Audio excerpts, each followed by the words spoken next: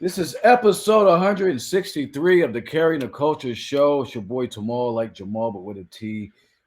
This is a special show for us because it's our first show on YouTube. Um, Word. Not fucking with IG no more, censorship, all types of wild shit, blocking comments, everything. I can't go live until next year. No So doubt. blessing Crazy. blessing in disguise right here.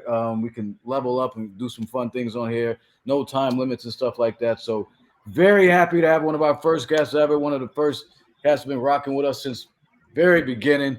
Our man Yes, El indeed. Dirty Jers. What up, man? Peace. Peace. What up? All right. See, look, I got my phone flipped around the other way because I feel like when I see myself, that other camera, it might not be too good. So I wanted to get the view from that part, and y'all can actually get to see the merch table. I'll show y'all what's on the table, but I'll give y'all a merch table view tonight. We trying to set a standard of, what it's going to be for the future. So I just wanted to lay some stuff out here so y'all can see what I'm working with. I know it's all mostly right here, but Word. I mean, let's get it rocking though, man. We got a lot no to get doubt. into, a lot to talk about. I mean, it's been a while. Yeah. First of all, I want to say, man, you know, and this is always important to me.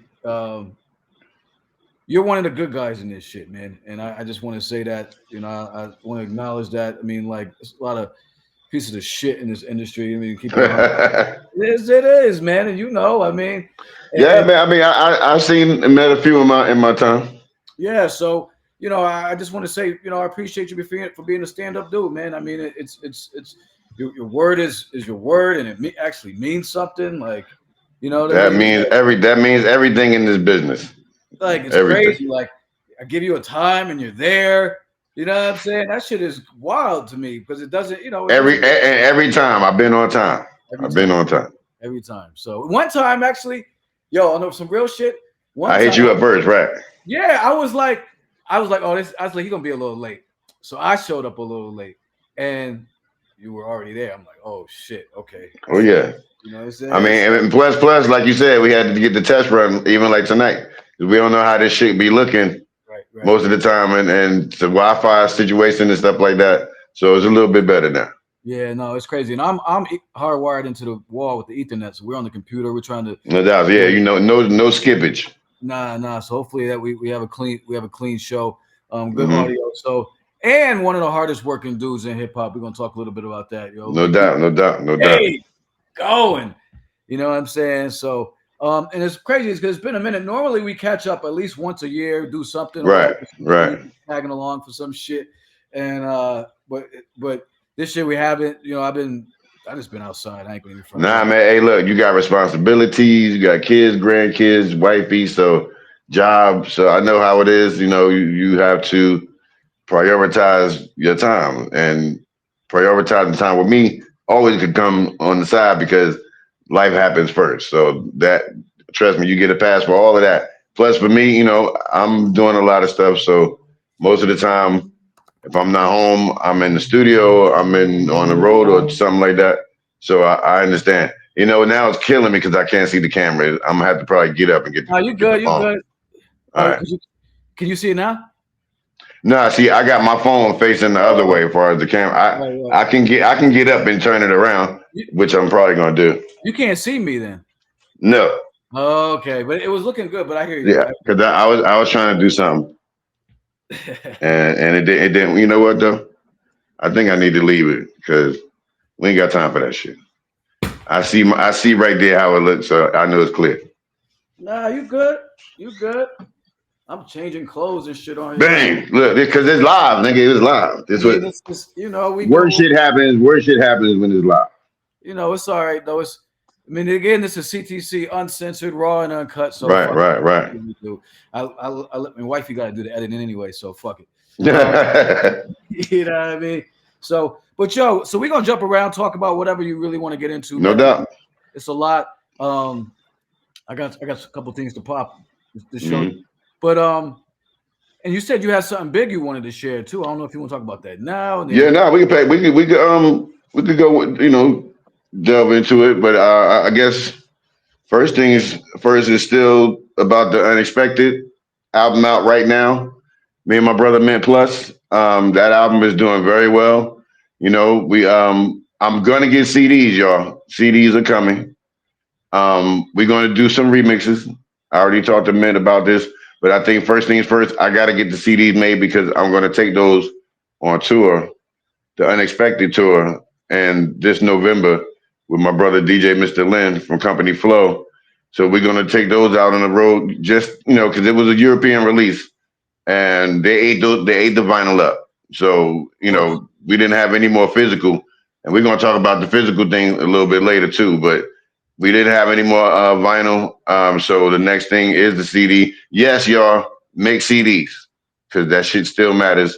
We make CDs, cassettes maybe, but CDs definitely. And we're gonna do some pressing some more vinyl, but it's gonna be 45s. It's about that physical because that digital shit is not. Nah, it's for the birds. Most of the time you get money from that, and you able to take whoever you did the record with out to lunch Right. or out to dinner, get us something to drink, bag of bud, something like that. But they smoke. But this ain't. It is true that you make your money doing shows. Because doing it this way, dog, nah. I'm willing to invest my money just like I invest in this merch to do vinyl in the same. So that's when we're gonna do the remixes when we do that vinyl. Yo, let's keep Um, talking about that shit, man. In terms of the vinyl, yeah, yeah, CDs, physicals, it feels like CDs and physicals are making a comeback. It seems like artists are streaming less right. because there's no money in You're streaming. not getting nothing out of it. So many cats right now sitting on albums because they're like, yo, why would I drop this album and nobody hears it? You know what I'm saying? Right, especially digitally. MOP got two albums on the shelf, right, for like Hmm. 3 years. X-Clan, Brother J got an album on the shelf. Yeah. Um, so how do you approach that now, man? I mean, because a lot of cats are like, I ain't putting my shit on Spotify no more, whatever, or I'm not, you know what I I mean? Like, mean, you got to do all of it. This is what I say: the maximum. It's just like Deadpool, maximum effort. You have to do everything. The only thing you're not willing to do is do like Daffy Duck and jump on stage and set yourself on fire and explode and shit. So you can do the next best thing is to take your money and put it into pressing. Is a lot of pressing companies out right now, from here to Canada, from here to Europe, whatever. Even in America here, and you got to put that money into that. No different than doing all of this stuff. Is the one thing with labels back in the day. I say back in the day because ain't no more labels, but they put they knew how many records they was pressing. They just didn't know how many we was gonna sell. So they throw shit out there to see how many. So if you exceed that, they'll make more. But that's what it is. They were paying for it. Now everybody's doing it this way. A lot of people don't want to pay for it. Is we at a point where, like I've been saying, you are the label, you are the manager, you are the booking agent. We're here now. This is where we at. And rather than complain about basically you can just take whatever money you make. If you're working, take money from your job, out of your check, whatever the case may be. And this is becoming the legal drug system. You just doing it with music and hats and merch and bags and music. So it's like, why not do it? If you come out better doing it that way, because now you'll get to say, okay, I pressed up 500. I spent 1,500, whatever. You'll know how many, and do the shit where you got the count of how many records you put up, press. Because then you got one of 500 out. Once you get to 500, you done. And what you do, move on to you can press more if the demand is there, or you can take that and make some more records, different ones. And this is what it is. If you still think that only the digital way is to go, that shit is up to a ceiling right now. We done with that. So we have to think of another way, and the other way is go back to how it used to be. Way press up vinyl, but now you're in control of it. right. So I don't see why people wouldn't want to do that when you're relying on somebody else. Still, it's always a third party. So fuck a third party, make it your party, and put your money in that shit and see what it gets you. Because that's the only way. That's the only thing we could do. Yo, so do you think artists? I've talked to a number of artists about this, man, and a lot of them feel the way you do, and I've heard some who are like, why would I press up 200 vinyl or whatever? Like, and like, and it seems like it's artists that are older that have been around for a while, and because 200 compared to like units back in the day is crazy. Is See, but it's still when we doing 200 and 300, that's with a label. Of course, the label not willing to do no more than that because they feel like, all right, I didn't put that much money into it. So that's the investment that we get into. So here it is now. It's like on you. You can do more than 200 records. You can do more than and you can get them to where it's like count, sound scan, all that. That shit ain't going nowhere. You know, reporting sales and stuff. That shit still exists. It's just nobody's really doing it. But when you look at Taylor Swift, when she announced her record was coming out, what she pull out the box? Vinyl. She's like, yo, and she own because she owns her music, she can do whatever she want. right, Press it up, CD it up, do whatever, and can make as many as she want. Nobody's gonna stop her. If that shit's selling, keep making vinyl. That was selling, keep making that vinyl. I'm making CDs too. She making everything. So why are we not doing that? right. It's just that we don't want to pay for it. If I had a record and it was a hit, and I was able to do a count of it where people could, if I say go on SoundScan and it's up there, I ain't talking about go on Spotify and look at the numbers. I'm talking about going here for the hard copy physical. You'll see I might have shipped some to LA, Cali, whatever. As long as they're in stores and shipped to distributors, that counts because you sent every distributor maybe 5, maybe 10 to Fat Beats, so this matters. You really got to keep track of that shit. So this is what I'm saying. No, at this thing you shouldn't be mad at or confused about because it's how much you put into it. If you like a drug dealer is, they don't have the same weed all the time. So they get some, all right, that's cool. And if they smoke it, they're like, all right, that ain't hit me like that. Let me get another connect or get another batch. And that's how it is doing these records. It's just that you're in charge. You ain't getting it from the other weed dude. Is you doing it. You controlling everything. So is still the mentality of saying, let me be a boss and take care of my own shit rather than, yeah, if you sign something with these labels, they're only going to do the max of what they feel they're going to do or need to do. So it's going to be up to us and for people to see that you're willing to fucking put your money up. This is this is where I say where we at. If you look like you willing to do it, some motherfuckers might, look you out, especially even a pressing plant because they see you keep coming back. So, my man, he really about it. So this is what everybody else got to realize. And this is the part where it solved the problem of having music in your phone. That'll be solved. Right. Because now you could do a couple of singles, a couple of 7 inches, 45s, where you might have 2 songs you want to do, and you do 2 records on one side and you do the instrumentals. But you have to play the game. Right. You can't sit back and know about this information and you got money and don't do it. Because this is what it's really going. Let me see how next year going to be for a lot of people because it's going to get even harder and it's going to get even to a point where still nobody's going to be happy with Spotify and all that shit because it's a mind thing where you trying to calculate. Now, fuck that calculate. I know how much. Yeah, I spent like what $12 on this record. I'm signing it. This gonna cost this much when I sign it. So you're dictating the game. It's you doing it. So I don't. That's as easy as I can put it. But it's really just not being scared. Scared money don't make no money. That's where we at.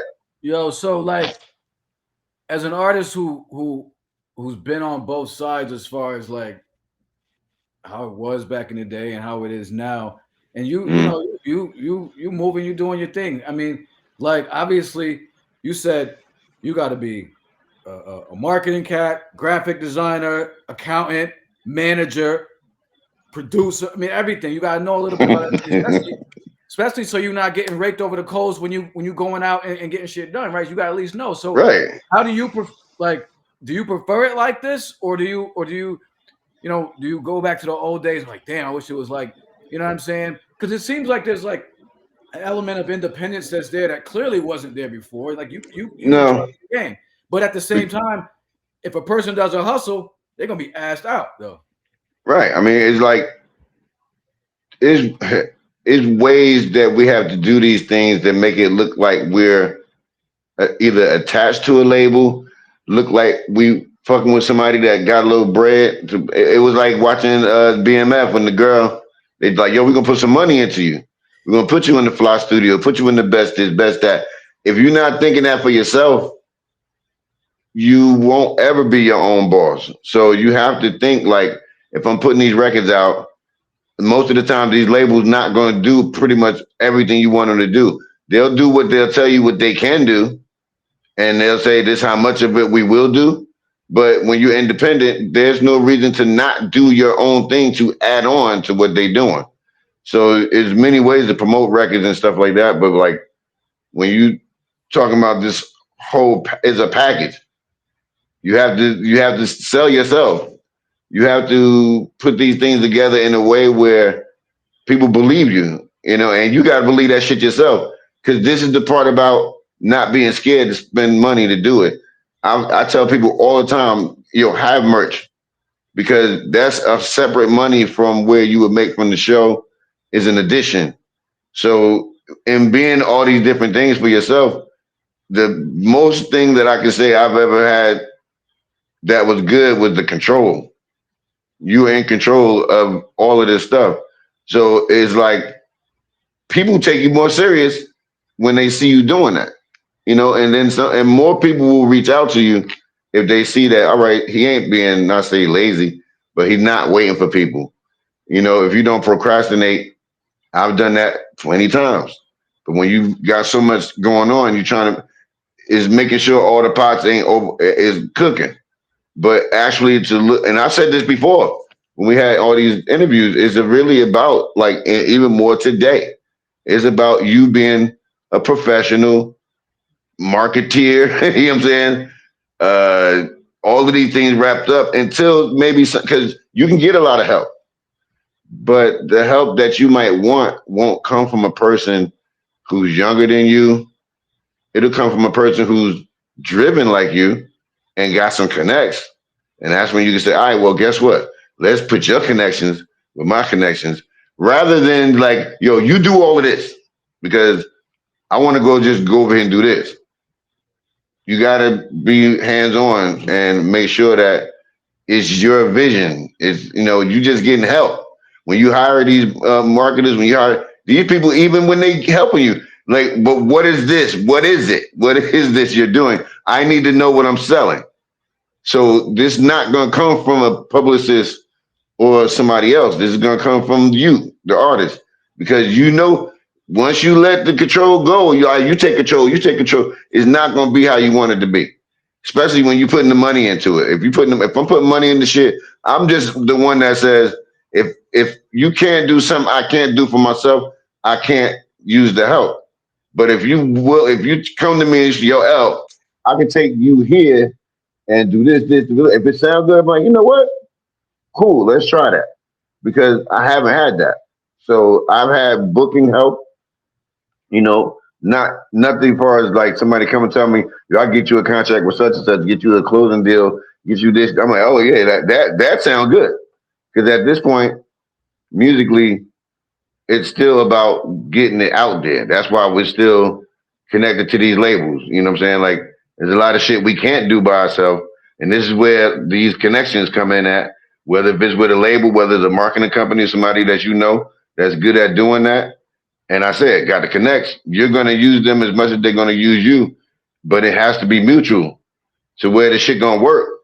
Because if it don't work, what you going to stop Right. and figure out another way. But I say at this point right now, a lot of us at this point right now, especially at my age, we're probably supposed to be doing a lot of this shit on our own because there's a lot of stuff that we should probably by now have learned and should be able to maintain in a certain way because we've been in it so long. So people might think that might have, yo, you've been in there, you hear it. So you better like be inclined to know, like, yo, is this really still about the artist? Because we know what we want.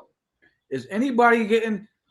I mean, when I say anybody, I don't mean anybody because of course people are getting signed, but like I'm saying like MCs are MCs getting signed to labels at all? Any of them? Yeah, yes, yes. And now that we're here, I'm gonna tell you something.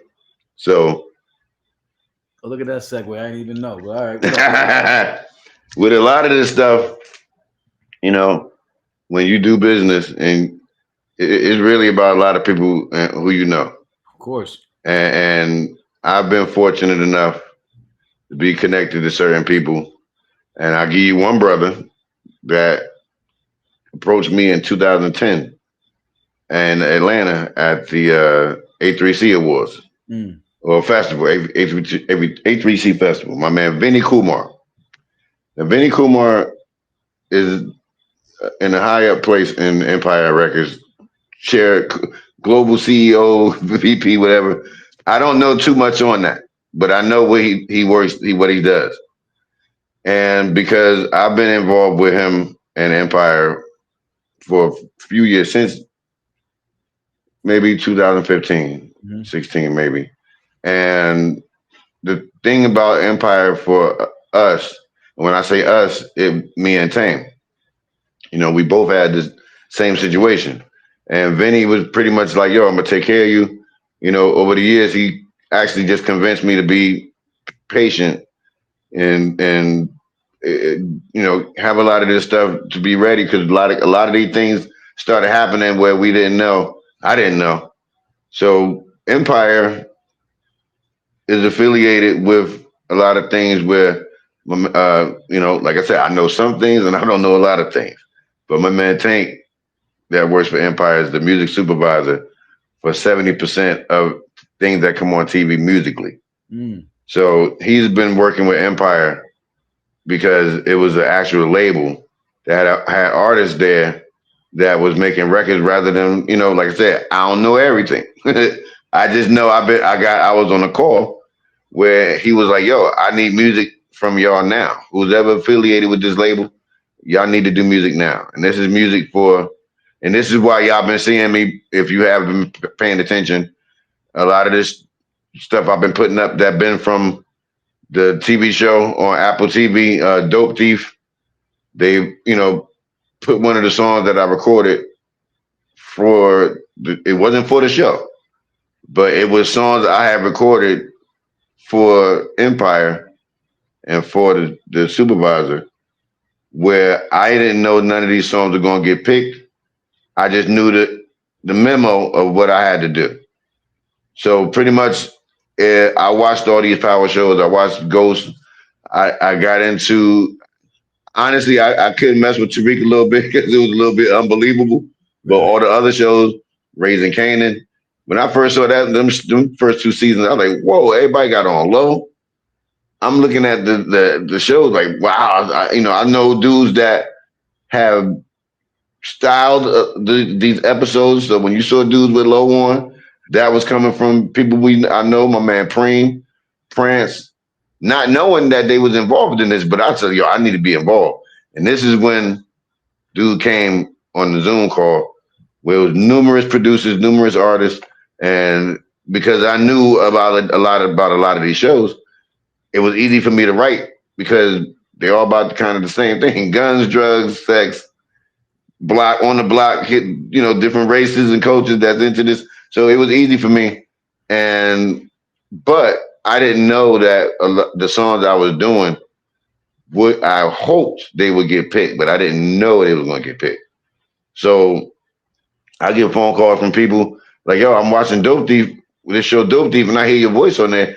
And I'm like, and now in my mind, I'm like, all right, so Vinny didn't tell me about that one, but I just knew that certain things was gonna happen. And this season for BMF was I guess season for me and a few other people that's down with Mr. Kumar, my man Tommy Nova. You heard songs with him on the show.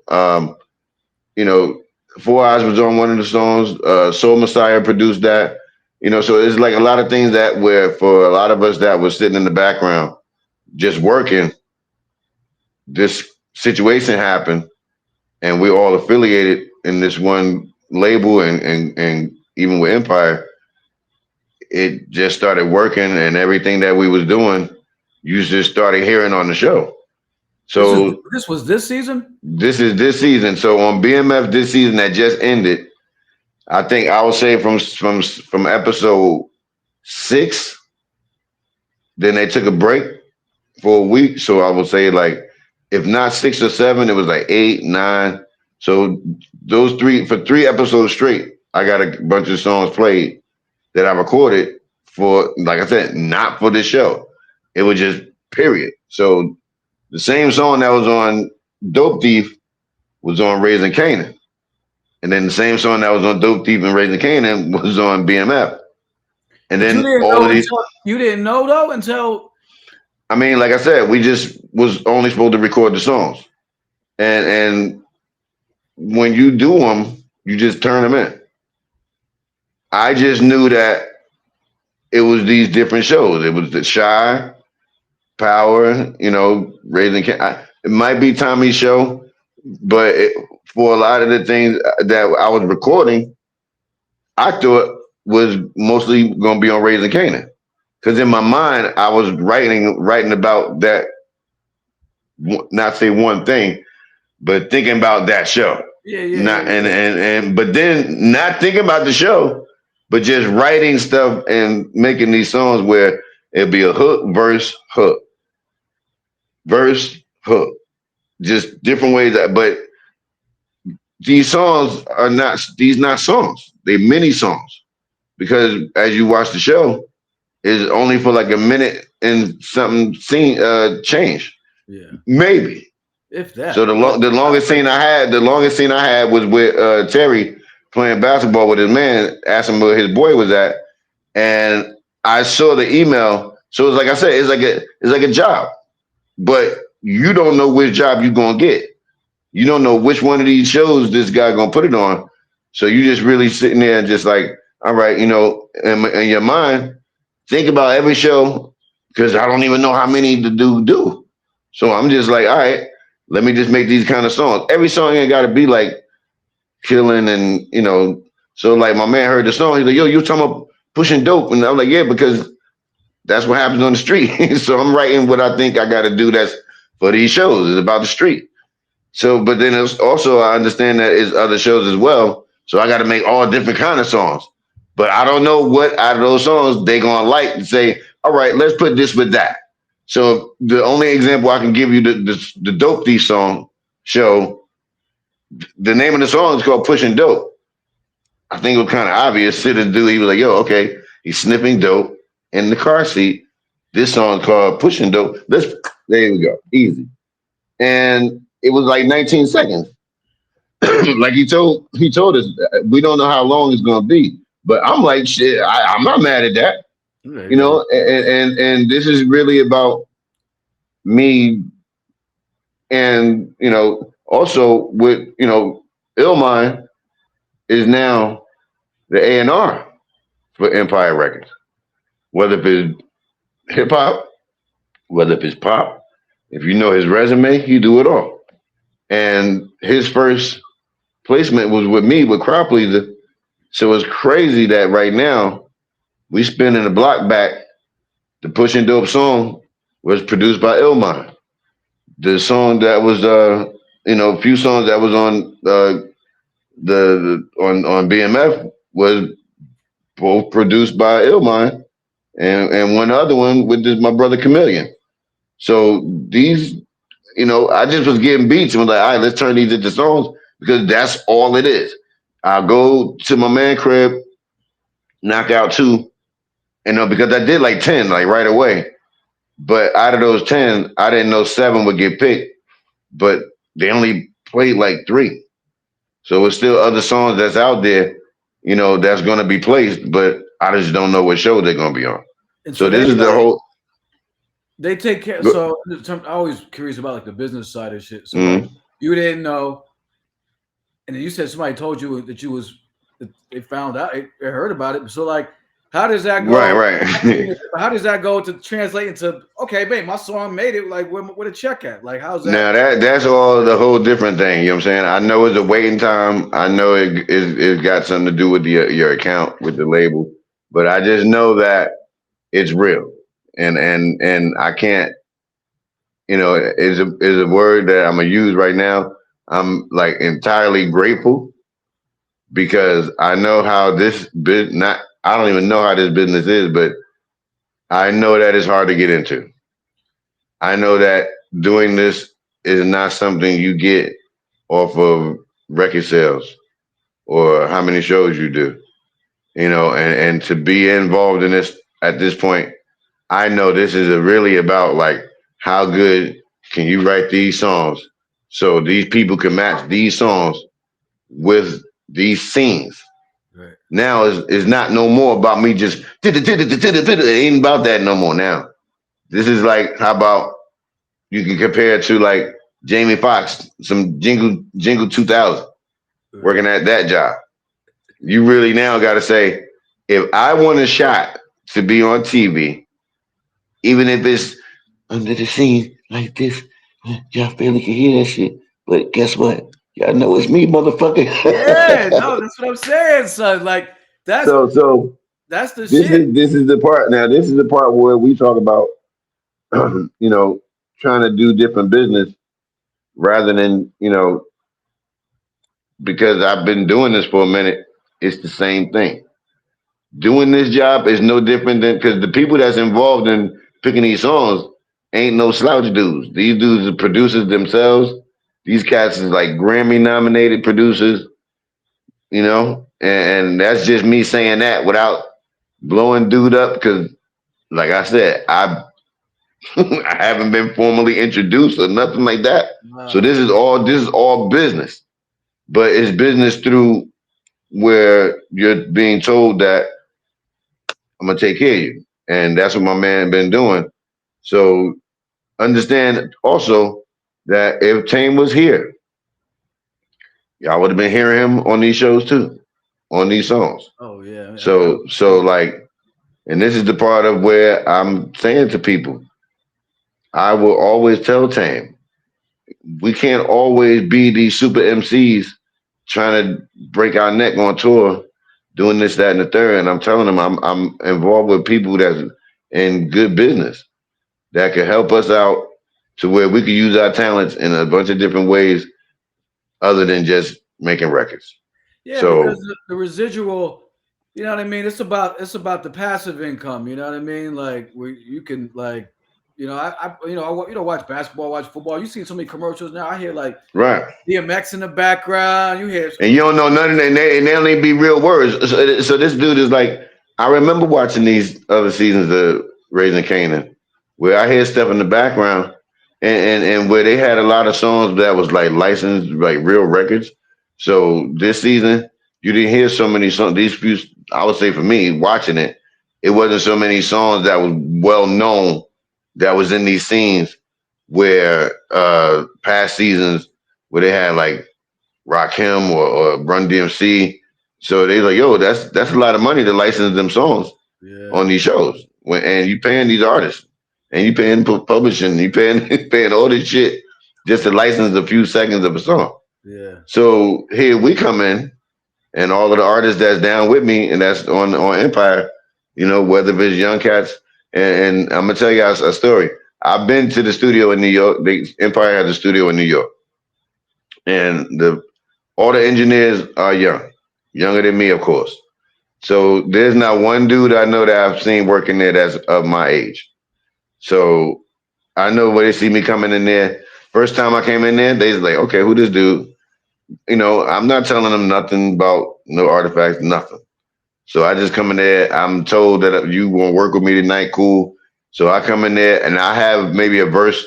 And these when I'm doing these jobs. I call them jobs. I go in there. I have one already done, and maybe write the hook when I get there. I get in there, knock that one out, and I give him the other two beats. So I'm doing this is more recently than the ones I did last year. 'Cause all the ones that's coming on these shows I did last year. So this year when I went, they was like, okay, they hear me rocking in the booth, and I come out, they was like, oh, okay. I know they don't want to say, okay, OG, okay, Unc. I like no, because they listen to how I'm rhyming, and the other dudes that come in after I'm finished, they'll hear what I'm doing before I leave. And then now, before I leave, yo, you know where to get some weed at? You know what it is and that, the third. I'm like, oh yeah, y'all younger than me, but y'all don't know why I'm even up here. So now the couple of sessions after, now they understand, like, oh, you up here doing placements. Yeah. Just like a little man in the other studio over there and your man around the corner. So it's a couple of different rooms. So they understand now that, that I'm in there and they see how fast I'm going. They see I'm doing like three different joints. And the engineer dude, while I'm in there, while I'm writing, he's looking at his phone. Okay, artifacts. This dude, what's your name again? OG? Oh, Elder Sensei. Okay, and he's looking at his phone. So they understanding like, all right, I'm just not coming in there to smoke with y'all and play, and they looking me up on my Instagram and my Facebook, so they know what it is after a while. But I love it because when they watch the show, they don't know me, bro. Only people my age know I'm there, hear my voice, be like, hey, yo, they don't. So when I'm telling them to go and look at the show and I tell them what scene it is and everything, they be like, oh, wow, it is real. Like, yeah. So, when I'm in here seriously, and I'm in here just like everybody else. So, I haven't been there a few months now, but I'm ready to go back before it get cold because I made like now for my new songs, I did like 6 or 7. They all turned in, and I just gotta wait Yeah. because Raising Canaan is getting shot right now, or maybe already done.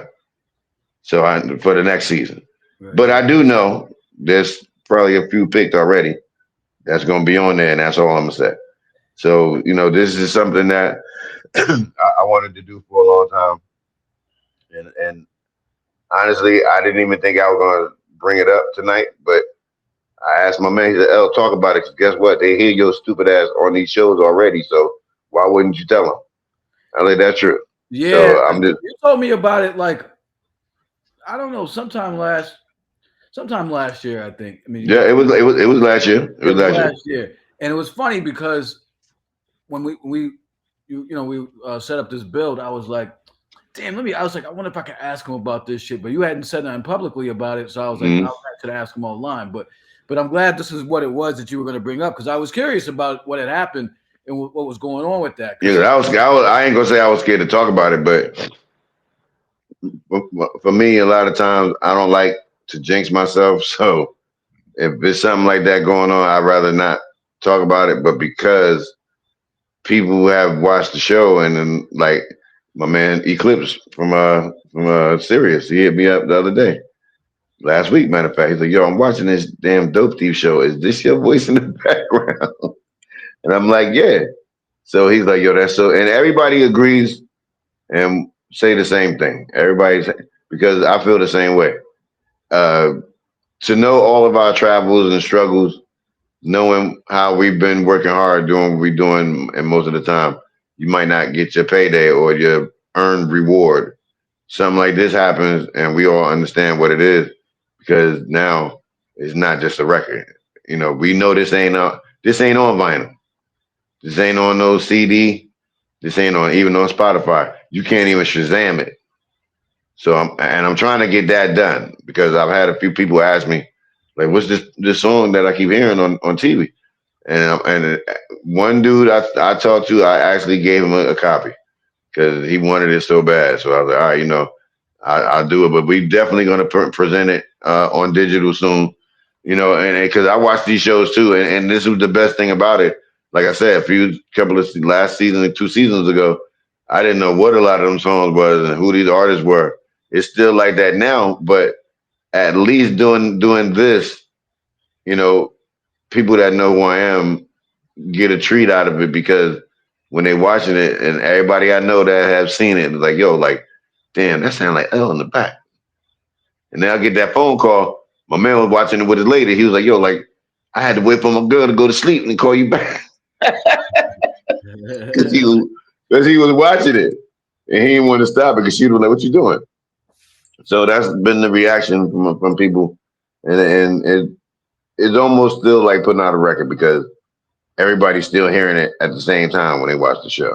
No, that's dope, man. So, Congratulations on that, man. And and I appreciate that, you know what I'm saying? And again, I'll tell you, I might close the door. I'm gonna say it again. I'm grateful. No, this door. Yeah, I'm grateful, and at the same time, I know it still comes from hard work. But salute my brother Vinny Kumar.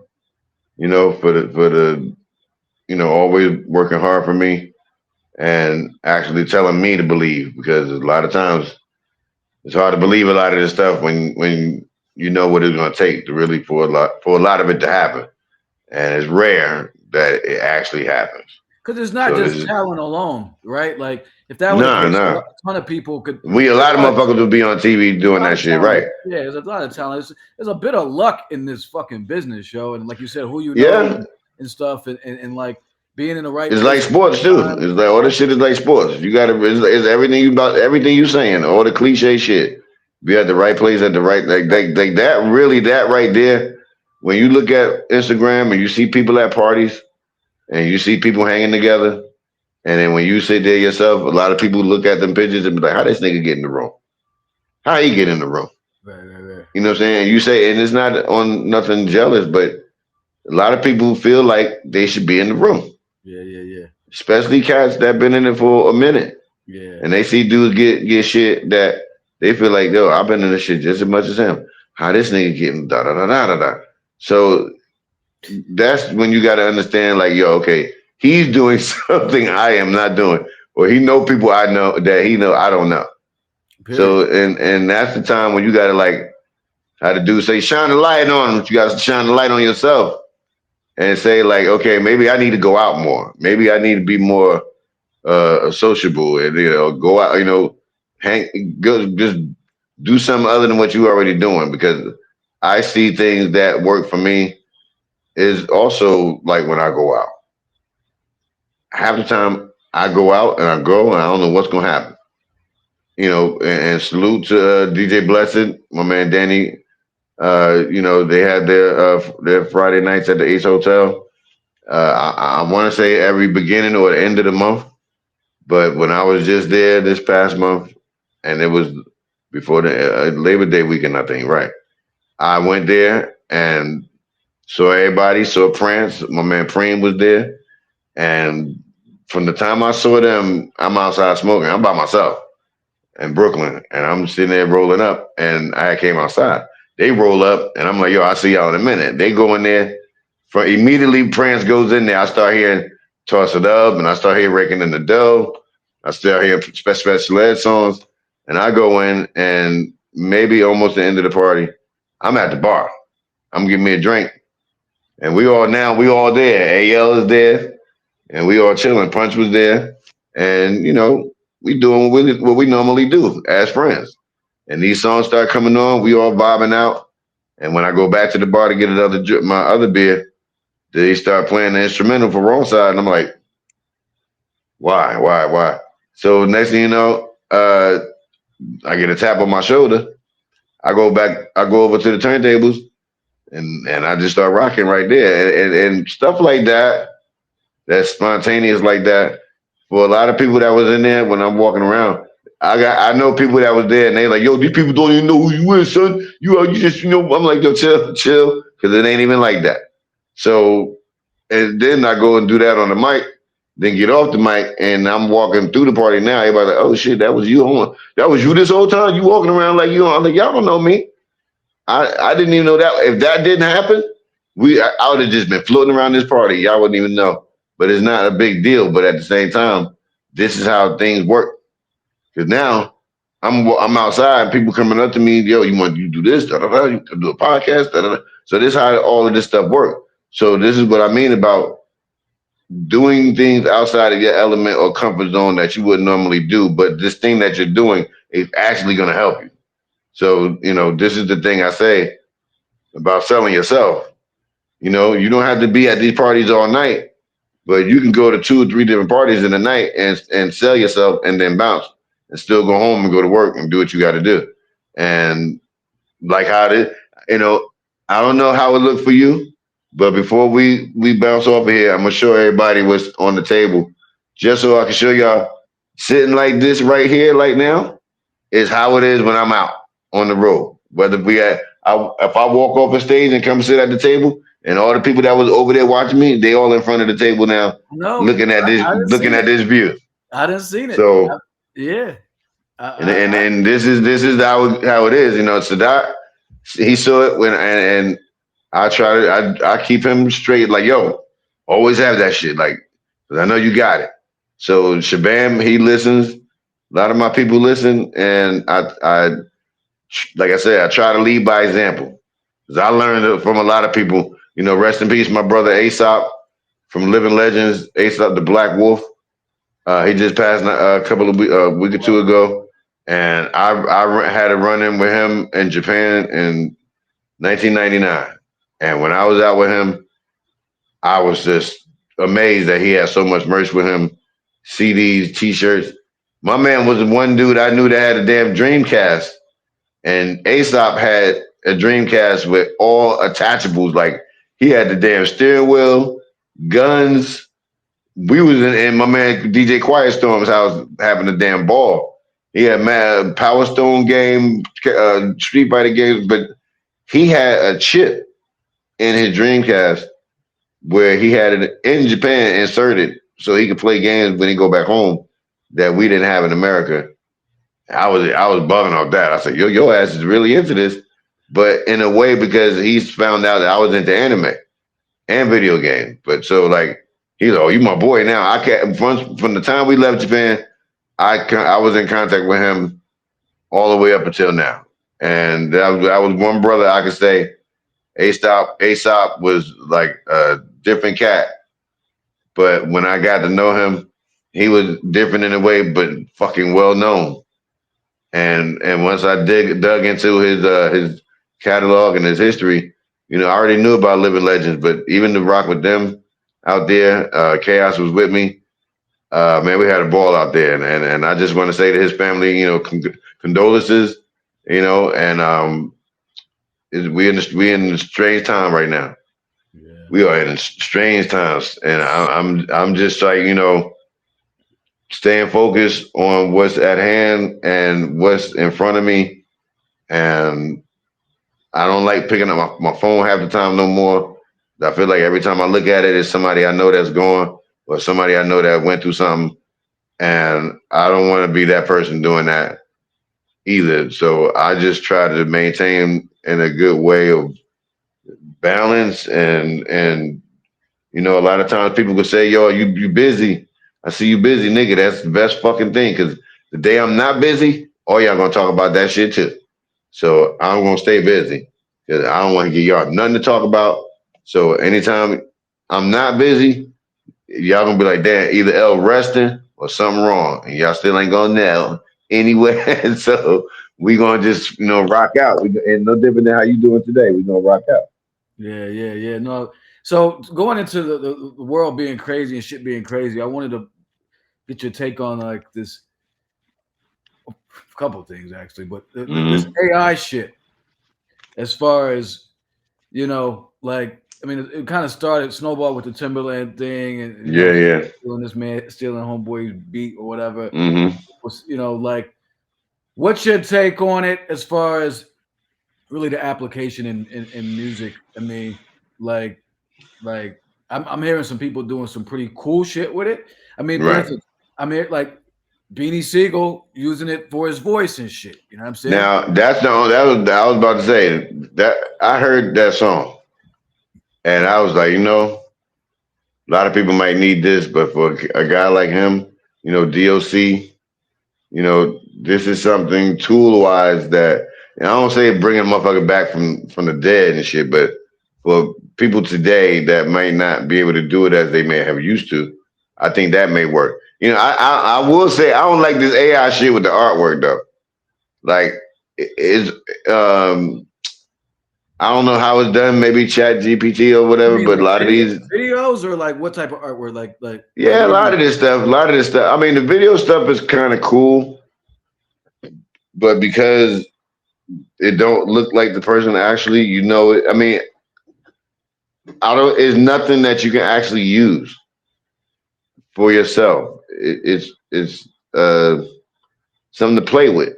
Right. You know, it's not. You know, because when people try to use it in real life, they can't write a paper with that. You can't do things that where people are gonna recognize. Well, that's AI. This is AI. You know, where they try to make funny looking. I mean, people really with all of this technology. I sort of do on CNN. Like you just got all the tech bros and people playing games with it, Yeah. playing around. That's what Brother You Jay know, said to me. He was like, this is how people are using AI to make stupid ass shit all the time." yeah, yeah, and I believe that. You know, I'm like, if you're not going to use it for something good, you know, movies, things that like you couldn't do as far as in the past, how they use this technology and stuff like that. All right, I get that. You know, making them younger, make them look as older, anything, I get that too. But like, I think when people start doing it, and once you know you can use it, and start using it as it's like a toy. It's like, man, you start, and then you start making little Cabbage Patch type doll type things, and you put. But guess what? Niggas can't use it. You can't put it on a shirt. You can't do nothing with it. Make no money off it. It's just for games, like shits and giggles, for all for laughs, and people gonna leave it alone after a while and go to the next thing. Go to the next thing. Do you use So it at all for anything? no, yo, I can actually tell you right now today. I have never, never went on any of these sites and did nothing like that. I've never asked a question. I saw someone use it, you know, but it was always something trying to like put make us into one of these characters and use it, but it never looked like me. So I'm just like, okay, you know, I'm cool with that, you know, Yeah. because it's like I'd rather get somebody to just paint something that I know how to do it, or rather than use them online shit. Like even in certain videos, you can see some people that use it properly that know how to use it. Like I seen that Unleash Me video with Buster. When I watched that video, whoever did that, they know what they doing with that shit to get that certain effect of movie kind of effect. Yeah, yeah. So it's for the imagination to kind of somehow come to life. No different than how they make these movies.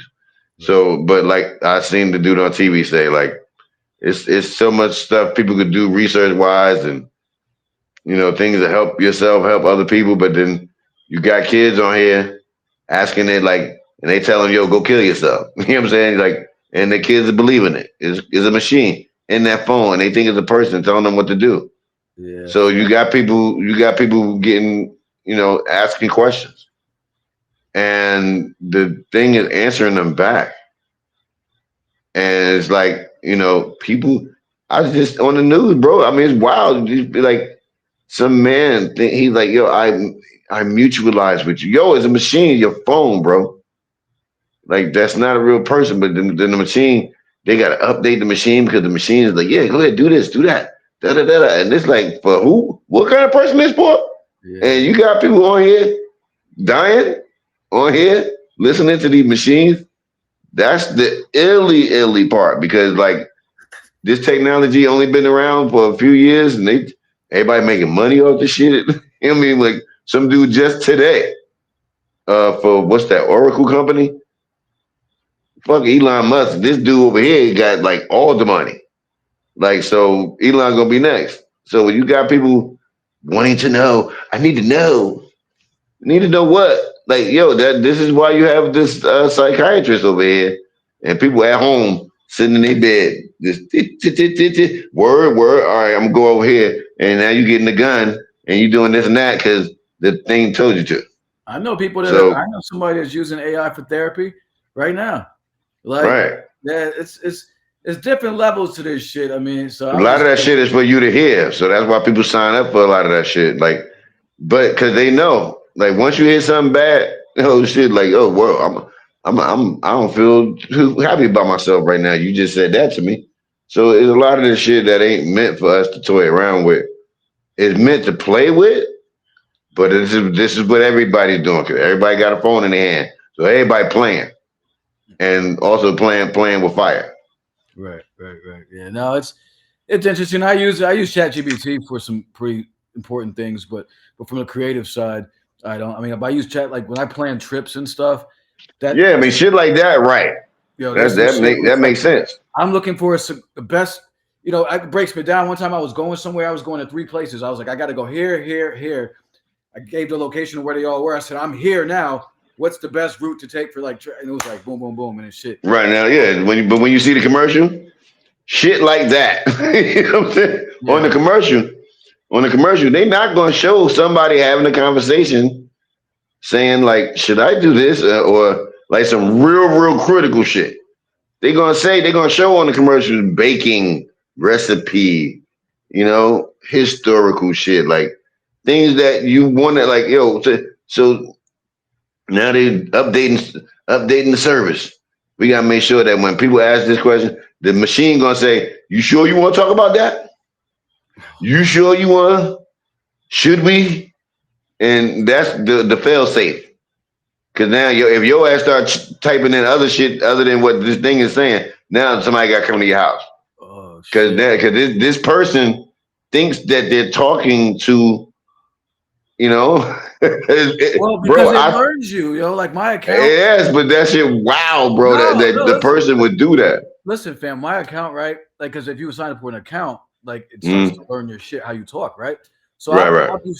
I'll do like maybe some prep for the show or something. For instance, me and my man after this show, we're breaking down. We're doing a Wu-Tang. We've been breaking down Wu-Tang for like 3 or 4 weeks, and so Mm, I needed some MC categories for like to just rate MC. So put that shit in right, right. ChatGPT, spit it out.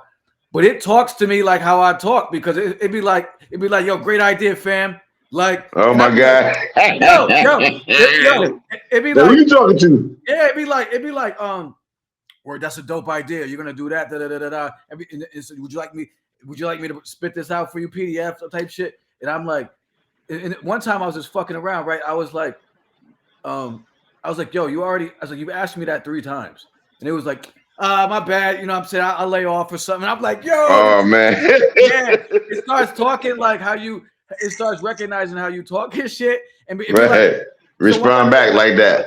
it was like, yo, it was like, you want me to do this? So I was like, no, I'm good right now. It was like, all right, hit me back when you're ready to. I was like, yo, chill, man. Like, See, look, yeah. I had somebody else tell me something like that. I was like, yeah, that's spooky. yeah, And that's what the man said on TV. Like, he like, yo, you want me to like set something up for you so you blah blah blah blah. The dude was like, oh shit, well, work. Oh, okay. So and he agreed with it, but it was just this man was so simple minded that like he really thought there's a little person in his phone like he's conversating with, and not realizing like you're talking to a bot, bro. yeah, this, And but this is the thing, we living in a world now where, I mean, it's not too far fetched that someone would take so much solace into something like that.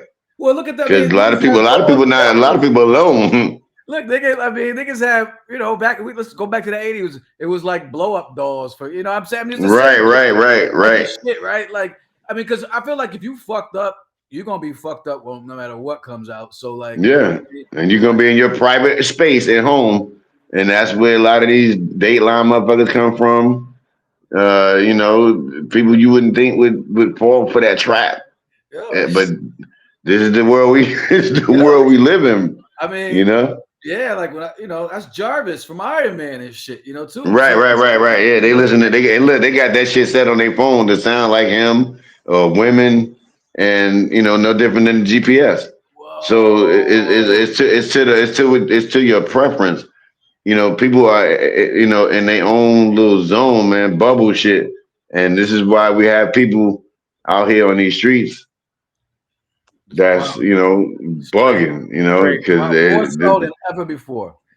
Like wilding. Yo, we do have some time. It's so funny because I'm so used to like the hour going by and be like, oh, we gotta get off because I'm gonna get kicked off. yeah, no, Oh, right, fuck this, man. right. So We ain't doing that no more, nah, fuck out of no here. more. Yo, I wanted to ask you though. So we're doing this. I don't know. I don't think you might have seen a couple of posts. We're doing this global MC battle. Yes, yes, yes. And it's actually, I ended up with 18 regions, 5 MCs. Wow. So what I'm gonna do it is gonna be like um 5 on 5, like match them up and see like one seed against one seed, two seed, Right, so it's right. five. So one group has to win, and then we're gonna see. So I'm gonna bring up Jersey. I'm gonna bring up Jersey to fucking Okay. let's see, and I'm gonna get your take on And we already kind of spoke about it. You know what everybody gonna say. who was picked for Jersey. Hold on. This, this the this the new shit we could get into. Hold on.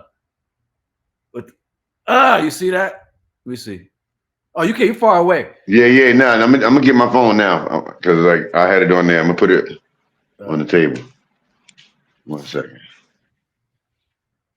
Yeah, What up, we can everybody? afford to do that now. Salute everybody in the chat. Yeah, Chat GPT. Some of you got to pay for.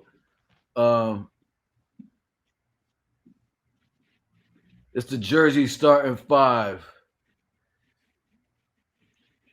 Everybody can see that. Let us know how the audio visual stuff is. But we had some technical difficulties on the prior show, so if everything's good, let us know. This is the new platform we trying to rock with. Appreciate y'all being with us. It's been a minute since me and L chopped it up. See, how did you flip it when you did it on the Wait, I'm gonna see. So I gotta.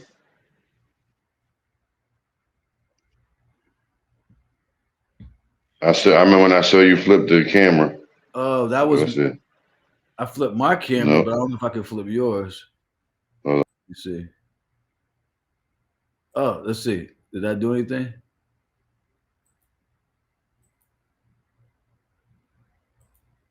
I don't know if that did anything. Oh, you left. You left. L left. This nigga left. Yeah, I made a mistake. That was me. All He right, left. All right. I'm back. I'm back. All right. You see that right there or no? Up on the Hold screen? up. Yeah. You Yeah, I see see it. Wait. Yep. Jersey starting five. Yes, indeed. So this is who was picked for the starting five. We tried to do some seeding, but I ended up kind of like people was acting stupid with the seeding. So this is the seeding for now. So then the way we're gonna do it, one I seed know a lot of people was like, "Yo, why such and such ain't on there?" all the time, man. And it's funny because I'm like, yo, they always get mad at me. I'm like, I ain't picked this shit. I asked y'all. Y'all the ones that picked it. You know what I'm saying? Right. But this is a serious starting five right here, though, man. And I just wanted to talk a little bit of Jersey hip hop, man, because like, rest in peace to our man Chino XL. When he came No on, we doubt.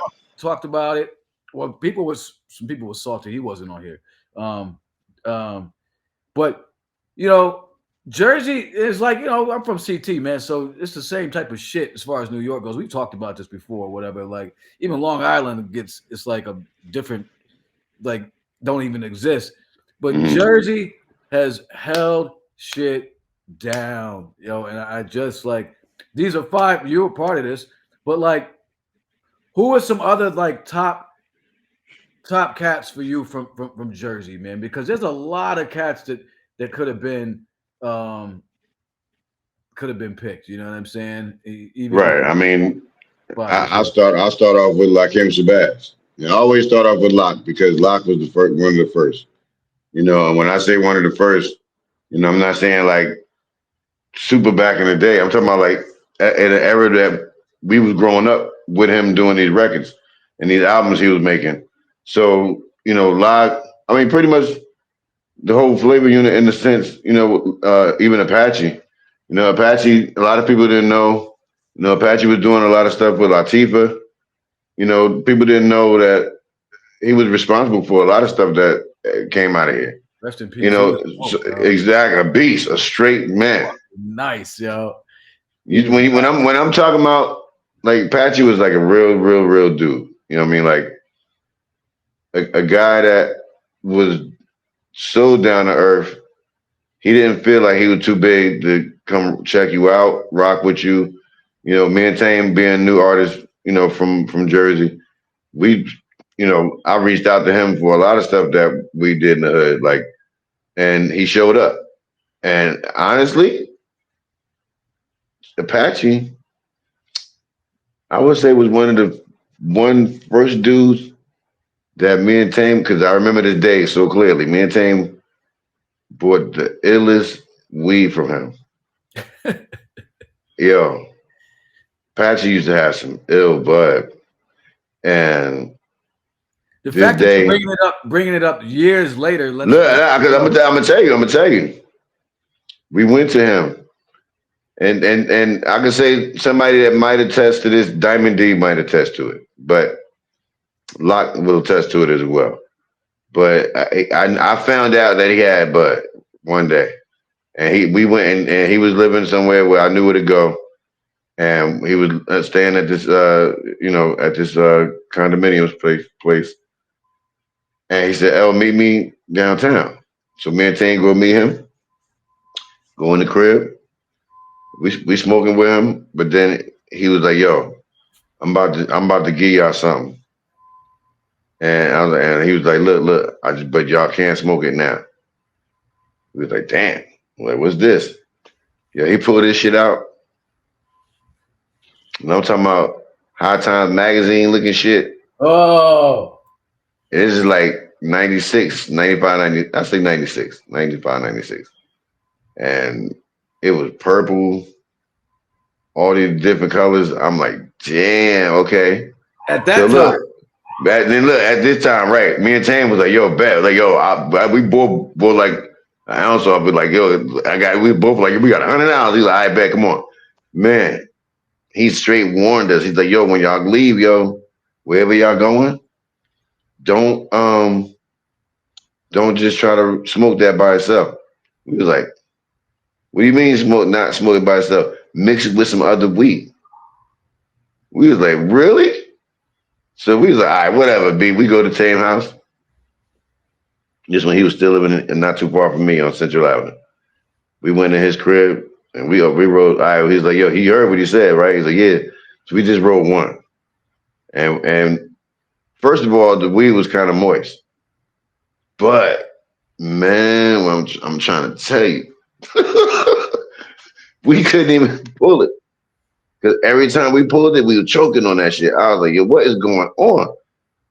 And I know Tame pro smoker too. He's like, and straight when he pulled it, bam, hit that damn chest. We was out there. I called him. I said, yo, what is this, man? What we bought?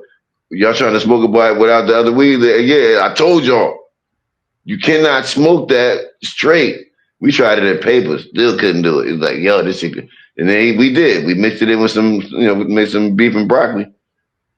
I don't know what to call that shit because it was beef and purple, beef and I don't even want to say eggplant. Somebody gonna say pause. So I say some other kind of food.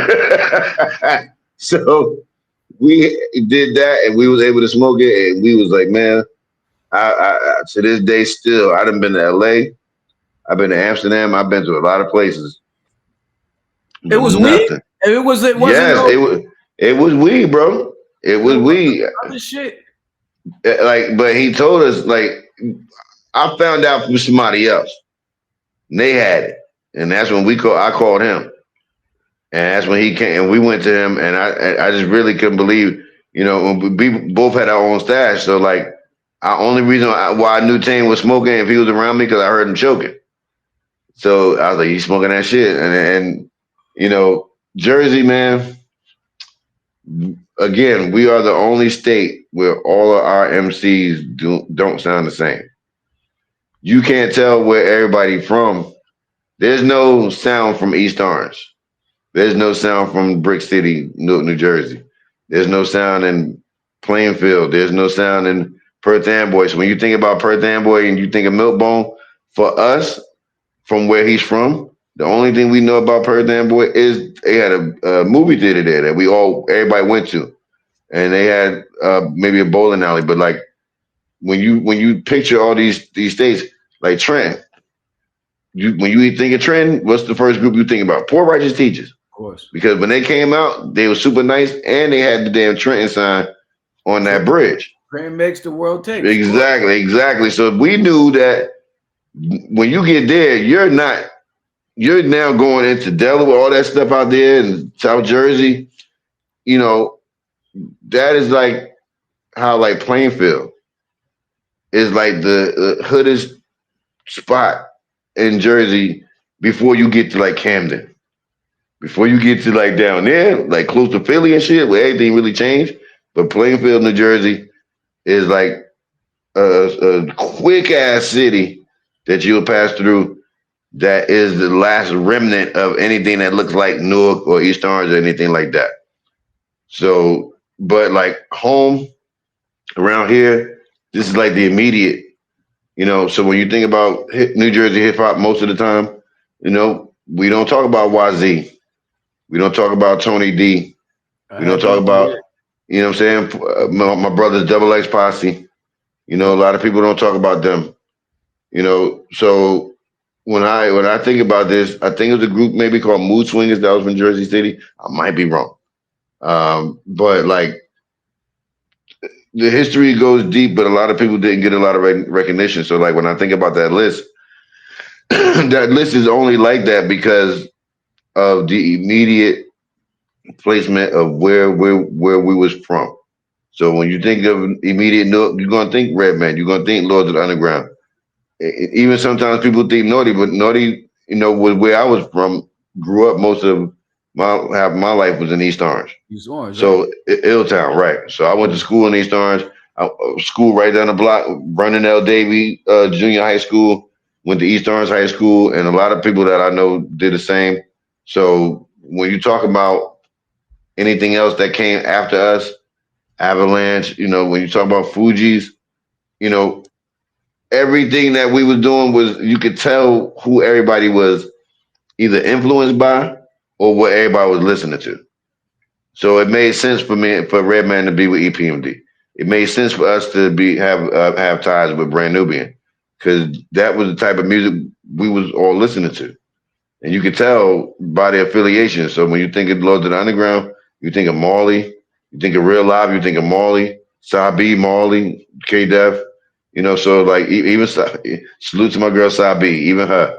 And you go into this new era now, and let's talk about Chino because for Chino, this was a guy.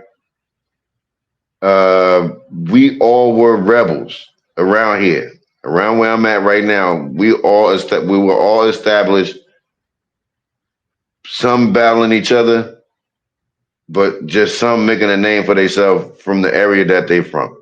If you go over where Chino is from, and he went to Clifford J High School, Clifford Scott. I'm sorry, he went to Scott. So Scott, that area around there was totally different from where East Orange High School. You talking about good and bad. You talking about the hood, and you talking about where Claire Huxtable might live at. Their school was like a different world. It was like a high school college, and it was really nice over there. It was a whole different environment. So, but Chino was into the same things that cats over in East Orange. So whether he was in Zulu Nation, and for the things that we knew he was into, we all was into different things. But like I said, you could tell everybody's influence. My shout out to my man Vega. Vega was in Zulu Nation with him. They had a group together, and we all had something that we added to. And because Chino was from that side of town, he when he would come around, like we even me, him, and Tame had something in the school in the talent show, but we knew that he went to the school. So we knew that he was a dude from around there that we had heard about, that this guy was like super MC, super. There wasn't a lot of dudes like him in the neighborhood. So you noticed, you knew who everybody was. So it's like, when I think about this and I think about like everybody's, how can I say, path that we all chose.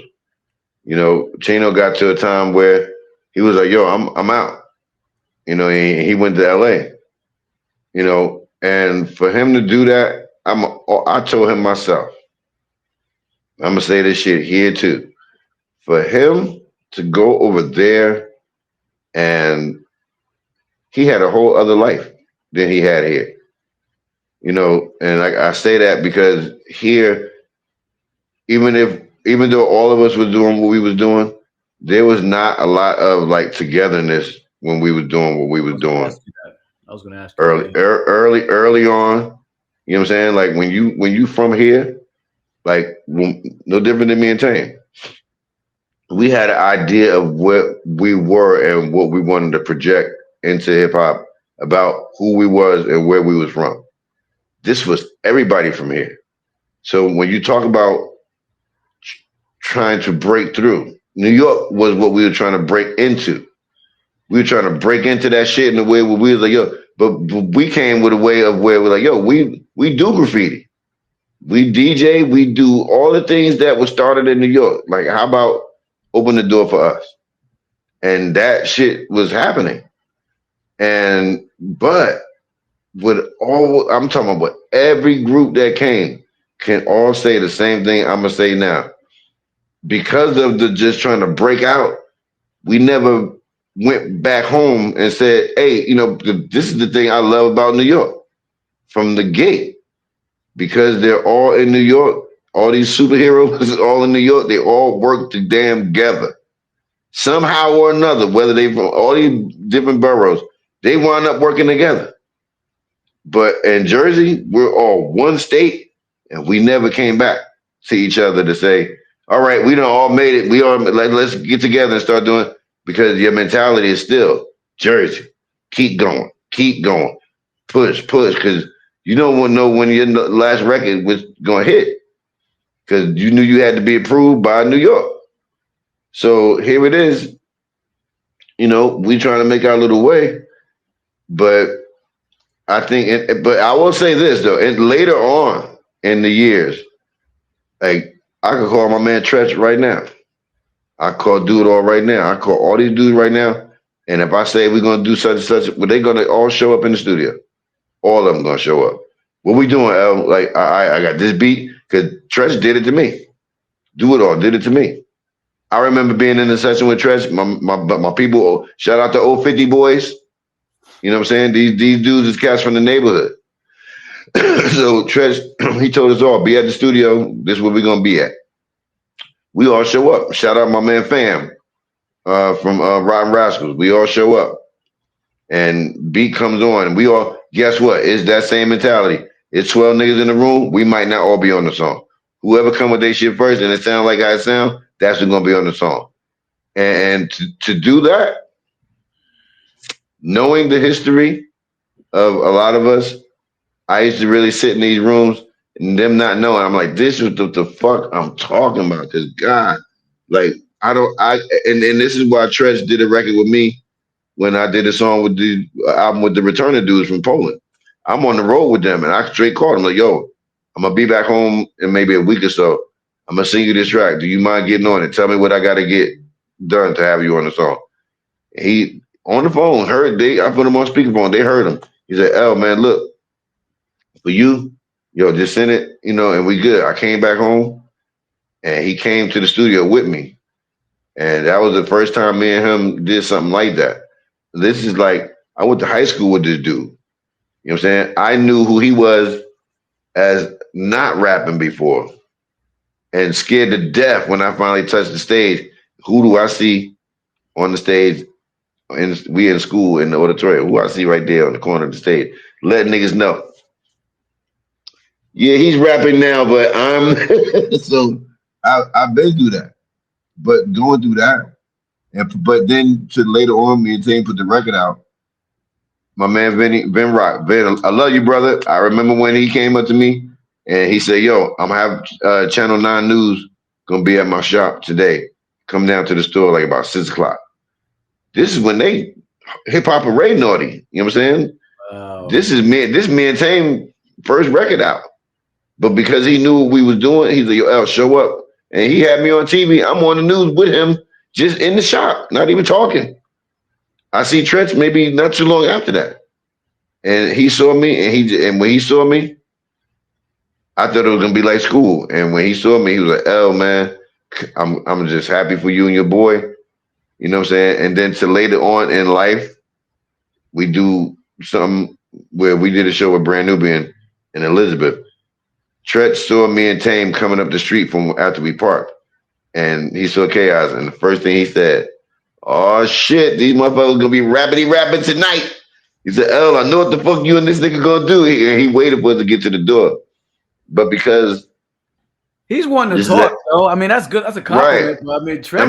mean, but look, this is what I'm trying to say. Like when he did that, I told him like, do you realize like what that means? Like you said, that mean a lot because he's saying that in front of people we know, and it's just love, where when we was young, it was competition. Yeah. This day is him saying, nah, these niggas gonna come in here and about to do the thing because I know who L is and I know of Tame. So this later, after all the albums, we just look maybe 2017, 18, something like that, When this was? and maybe 2017 or 18, something like Oh, that. And it was a day party, but it was just so dope because like he was hyped up. He performed, we performed, brand new being performed, and we was in front of everybody damn near from our high school. So it was a good day, but like we didn't have many days like that, And this is what I mean about how later on, I got songs with Do It All right now. Me and him together, like right now, oh, like don't tell me. 5 joints. Look, we got like 5 joints. I We hate you. started, we started working on a project, but I'll say this: me and my brother Kick Beats out in L.A. right now. We got a project we working on.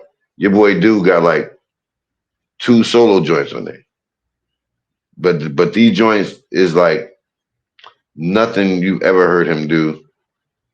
These songs is like I'm like when I play them to myself sometimes, and I text him like, nigga, you got these 2 songs that's about to be on the street in a hot minute, and I don't think he understands like because he's so busy.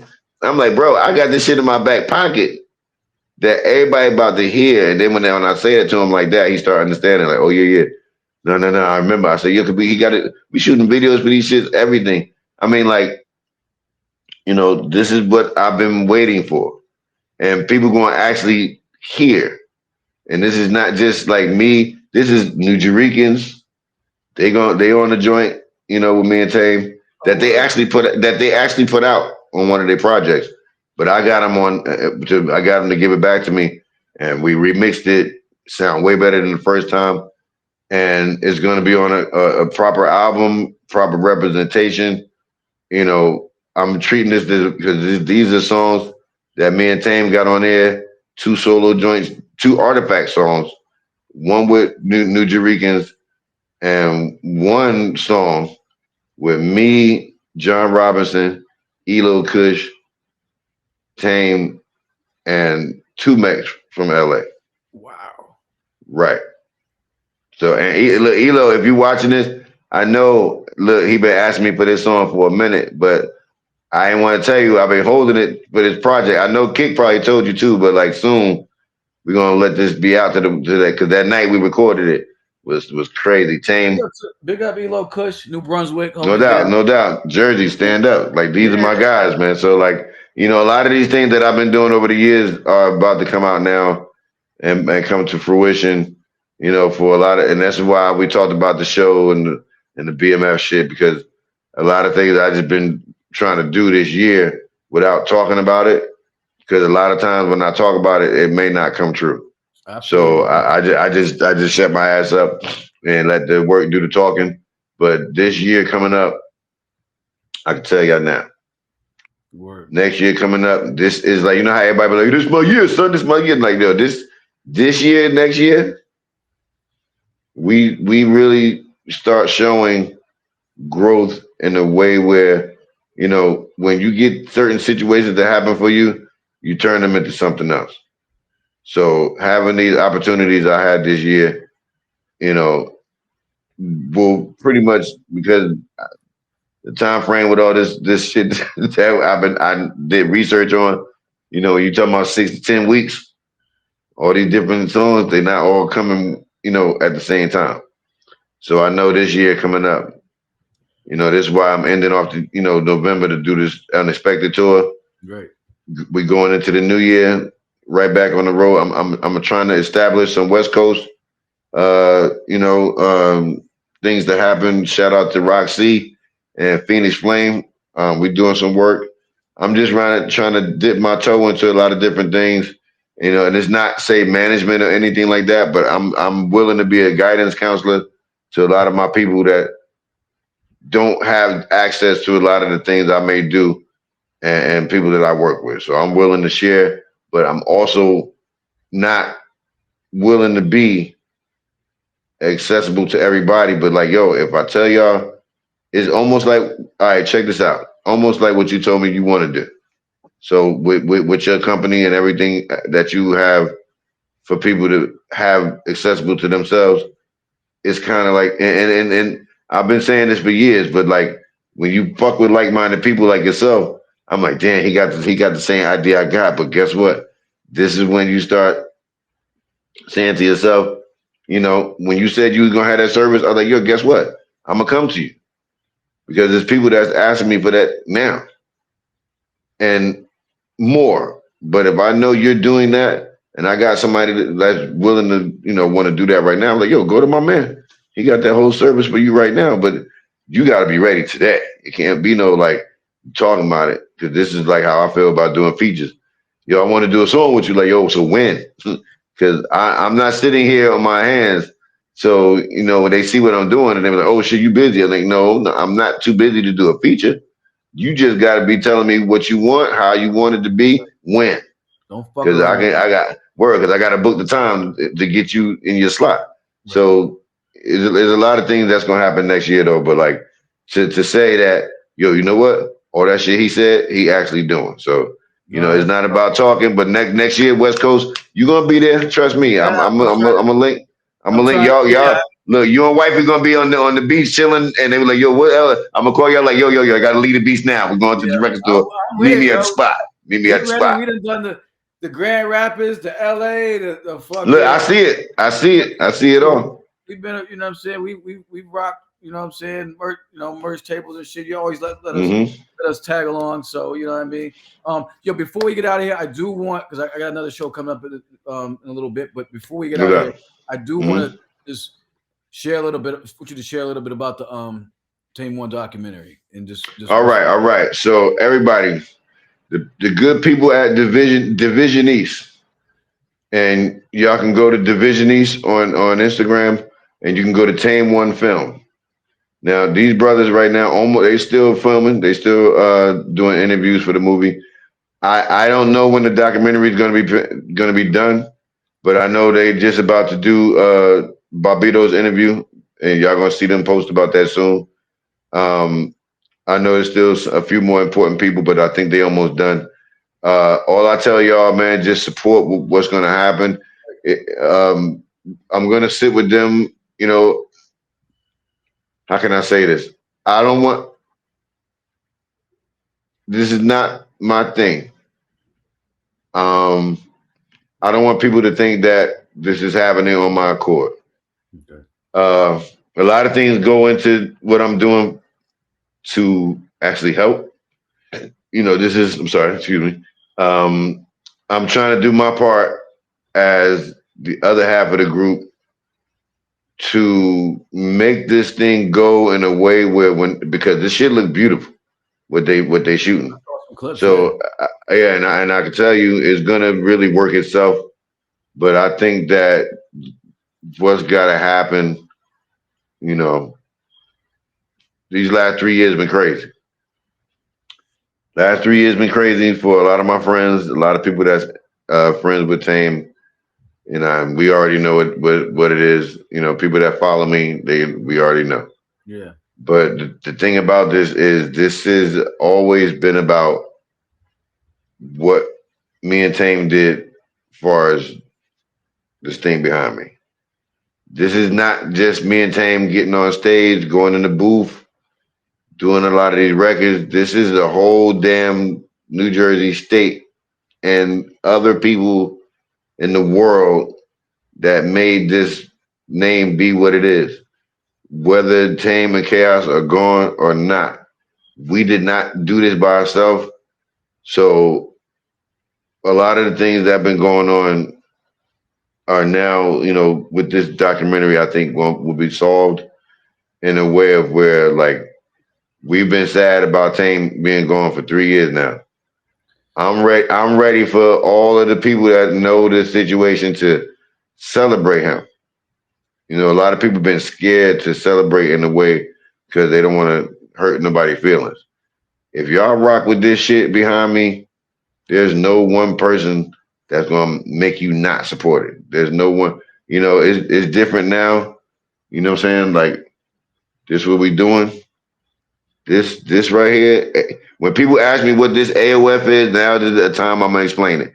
So the reason why y'all see this AOF, the AOF stands for Art of Yeah. Facts. We have a song called Art of Facts. This was a moniker me and Tame just did when we was just doing autographs and signing people records. But we kept doing it. And then actually Tame say it.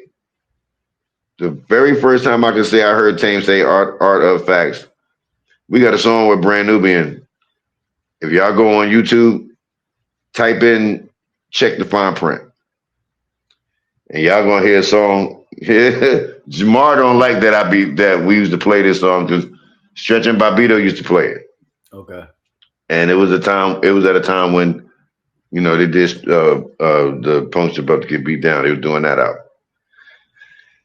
So they were saying shit in the song that they said that they have said since then on Unsung, a few other interviews and shit like that. Pooba, we were just shocked that we heard him say it too.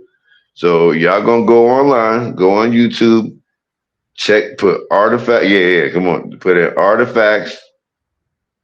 Check the fine print. All right.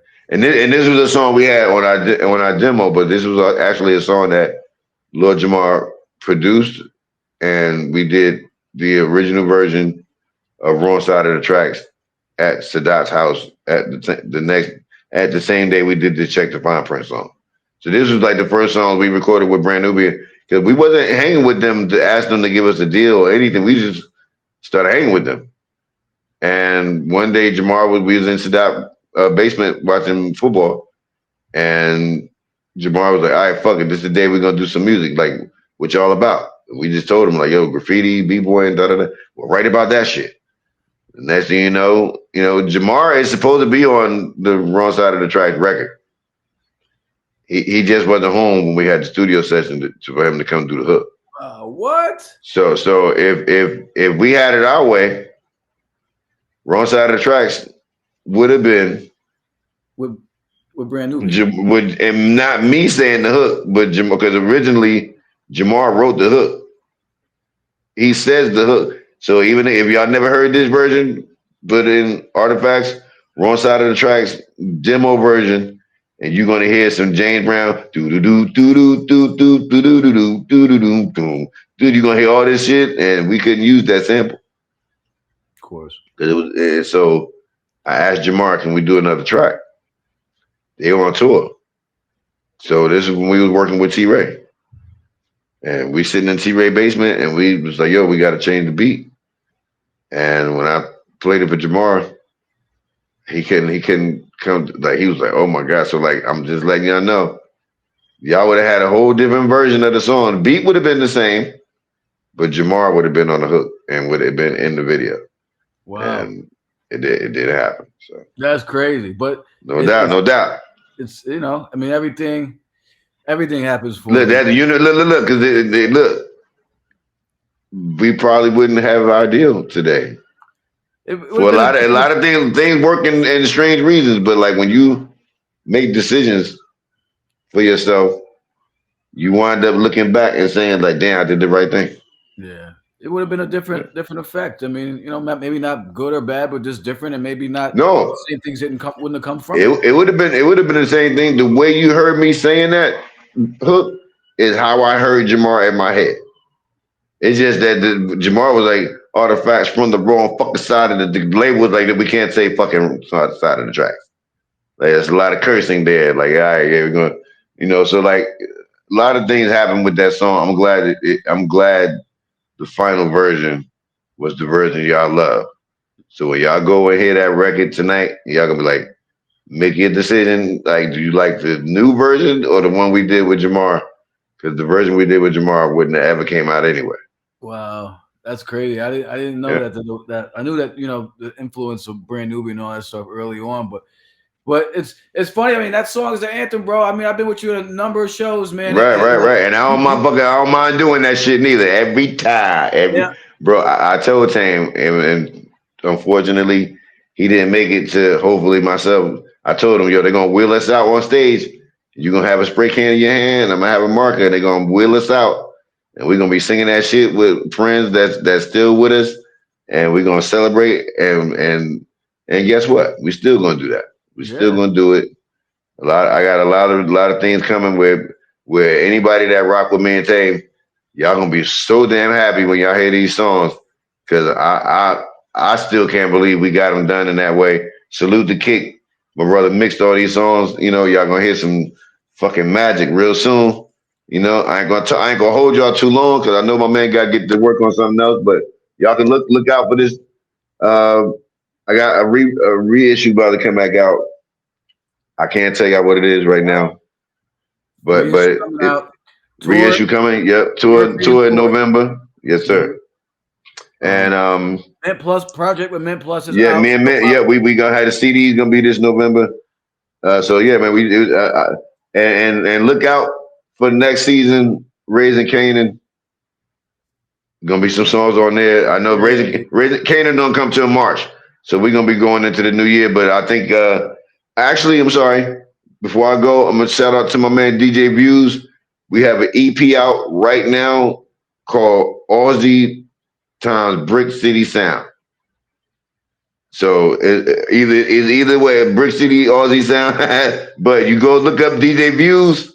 He's on Instagram. My brother got beats. He a DJ. I got my man Pep Love on the song. Yo, listen, your boy Pep, is nice. nigga. Look, I met him first out of all Hyro. So Oh, word. I know. Yes, he was in New York and at Bobito's show. But I'm gonna tell you, my brother killed his verse. I was so patient. He's like, "El, just give me time. You got it, you got it." He fucking killed this verse on this record. I got Rusty on the joint, Rusty Jux on the joint. Total Eclipse in Australia from X-Men. He's doing cuts on there. Tone Spliff doing cuts. My man DJ Hush doing cuts. Esoteric is on the joint. So this is a This is project this is the where project that's out right now. out right now. Out right now. See, this is what I hate For about this stage. I got my ear to D, the street. You one of my good D, friends. DJ, it just came out. Like we haven't really done a lot of promo. We're doing it slow, but I'm about to shoot a video for it now. How you spell his name? DJ Views. Oh, views. Okay, I put Yeah, so when you can check it out. It's on YouTube right now. Y'all can check it out. EP. Uh, yes, indeed. Six joints. That's crazy. Six hard joints. It's something I have fun with it. A lot. All these projects don't sound the same, so that's why every project I do, whether if it's views, Oh, Mint boom. Plus, everything is different. So I Yeah, hope y'all like that. And I think that's probably the last thing I got to tell you. yeah. You got range, yo. Like none of your shit be sounding the same. Like, and I think sometimes I think you falling, not falling, but like just settled into like a particular pocket or something. And then I Mm. hear the next shit. I'm like, damn, this don't even sound like him. I mean, but like Right. Look, it that's what sounds like him this. distinctly, but like just different vibe to the shit. You know what Right. I'm Right. saying? Right. Right. Right. With Jake Palumbo, the shit. You know what I'm saying? All these different projects. Right. Even especially with Jake, we about to do another one of those too. We're gonna work on the second one. But like even working with Jake, man, like everybody's unassuming, and I love it because you look at Jake, and when he gave me those beats, not saying he didn't look like he could make them, but he told me, "Yo, L, everybody passed on these." I'm like, "Word." So all the records you heard me do with him on that album, people passed on those beats, and I took them. So I was like, "How they pass this? How they pass this? Blast off? How they pass that?" So we're gonna do the same thing again.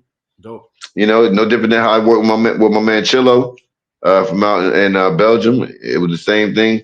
But this Kick Beats project is gonna be the one that's gonna. I'm gonna say this. It's gonna make you say missile. Okay. This is multiple missiles, bro. I'm not saying I ain't saying it just to say it. Just to give you some what's the word can I say? Just to give you an example tonight, I think I might have sent you one of these. I'm gonna send you one joint tonight. So when we come back on here, or even if you want to make a comment online, you can take a picture of the screenshot of the file that I sent you, and you can just make a comment off that. But I'm gonna tell you. Send it. When we There done. we go, Lily. There we I got go. There we another show go. in a minute. So when I get off my other show, I want that shit to be No there. doubt. You will have it. You will have it. All right. All right, y'all. Listen, episode Buck 63, Carrying the Culture Show. Our man Elder Sensei, Dirty Jersey, my brother, and kicking off the inaugural shit on YouTube. Again, no time limits, y'all. You know what I'm saying? We ain't get cut off. Nobody told us no clock was telling us you got 10 seconds. Nope. Cut. We didn't. Yo, listen. They even monitor like what you say. Like one time I told a story about like somebody getting fucked up or something, and they said I was violence. Cut the show. So look, it's even like just what you say. So they're gonna be like, he's real quiet. He real timid with his shit. Yeah, he cool.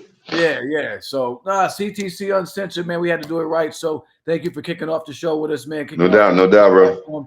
And you, my man. Like I said, one of the good guys, man. Like I say it all the time because I run into assholes all the time. So like I always want to say that about you, yo, because fuck the music. I mean, I've been listening to music forever, but like right. We tripped out in LA and Detroit. So man, I told you when we met, I said, yo, you one of the guys that people need to fucking hear because we don't got enough people giving their honest opinion. And that's needed. That's needed. Appreciate you. So, you know, no doubt. Your character speaks volumes, man. And that's to me, that's the most important thing. You a solid motherfucker. So before we're gonna let you go, but we'll get this edited. Wife, you're gonna edit this shit. Yes. We'll get this up. And thanks, bro. And we'll talk soon, man. If I don't talk to you before November. Oh yeah, you will. You will. Oh, you sending me the joint right after the shit. Yeah. I got you. I'm about to put my shit on the charger and I'm about to send it. Yeah, we'll probably take care, man. We'll talk soon, all right? All right, bro. Thanks everybody for watching the show. We'll talk. Peace.